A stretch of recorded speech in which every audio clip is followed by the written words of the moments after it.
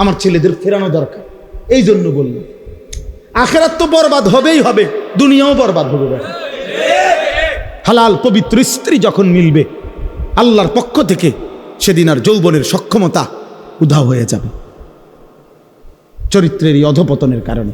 এই অব্যাহত নারী দেখে দেখে, ছবি দেখে দেখে, নোংরা দৃশ্য দেখে দেখে, উলঙ্গ নাচ দেখে দেখে যুবক নিজের শরীরের সক্ষমতাটাও নষ্ট করছো, দুনিয়াও শেষ করলা, আখিরাতও বরবাদ করলা। এই যে বে বে দ্বারা আর কিছু যুক্ত না করে বে বে। এই যে দেন না, এই জন্য হার্বাল কোম্পানি পোস্টার লাগায় 30টা এক লগে, জেন দিয়ে লাগায় 30টা লাগায়, মনোজন মহামারী লাগছে। হ্যাঁ, মনোজন একটা করোনা লাগছে এটার ভিতরে। তাহলে এতটি লাগায় একসাথে 30টা করে লাগায়, আজকে সিরিয়াল এলে কালকে আবার লাগায়। বা জানে অসল পোলা পাইন আছে, লাগবে খা।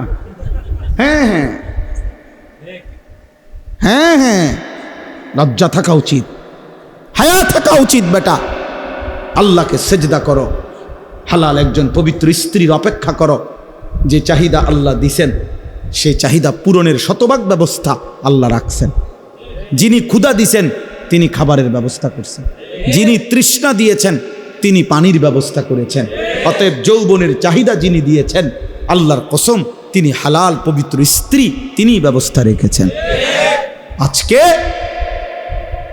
আফসোসের বিষয়, বাংলাদেশের জমিনে, যেই জমিনের মধ্যে ফ্যাসিস্ট নাই, জালেম পালাইছে, জালেমের অনুসারীরাও যারা পালাইছে, এরপরেও এই স্বাধীন সার্বভৌম বাংলাদেশে 24 পরবর্তী বাংলাদেশে, 5ই আগস্ট পরবর্তী বাংলাদেশে আফসোসের বিষয়, কতগুলো মাতাল, কতগুলো মুরতাদকে নারী শিক্ষা, নারী সংস্কার কমিশন হিসাবে দায়িত্ব দিছিল নারীর অধিকার ঠিক করে দেওয়ার জন্য। তাদেরকে তারা কমিশন রিপোর্ট দিছে গত কয়েকদিন আগে, নারীর অধিকার, যে নারী যারা বেশ্যা, নারী যারা পতিতা, তাদেরকে এই সমাজে রাষ্ট্রীয়ভাবে শ্রমিক হিসাবে স্বীকৃতি দিতে হবে।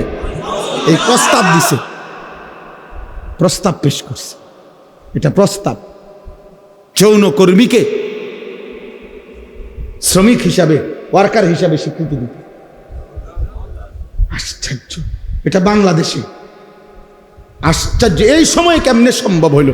এই মুরতাদ, এই মহিলাগুলো, এগুলো কিভাবে পারলো, এই কলমে উঠলো কিভাবে কথা? পৃথিবীর কোনো মানুষ, একেবারে পৃথিবীতে কোনো মানুষ, যেখানে কোনো বিধর্মী, কোনো কাফেরের সমাজেও এমন অভদ্র কথা হইতে পারে না। পৃথিবীতে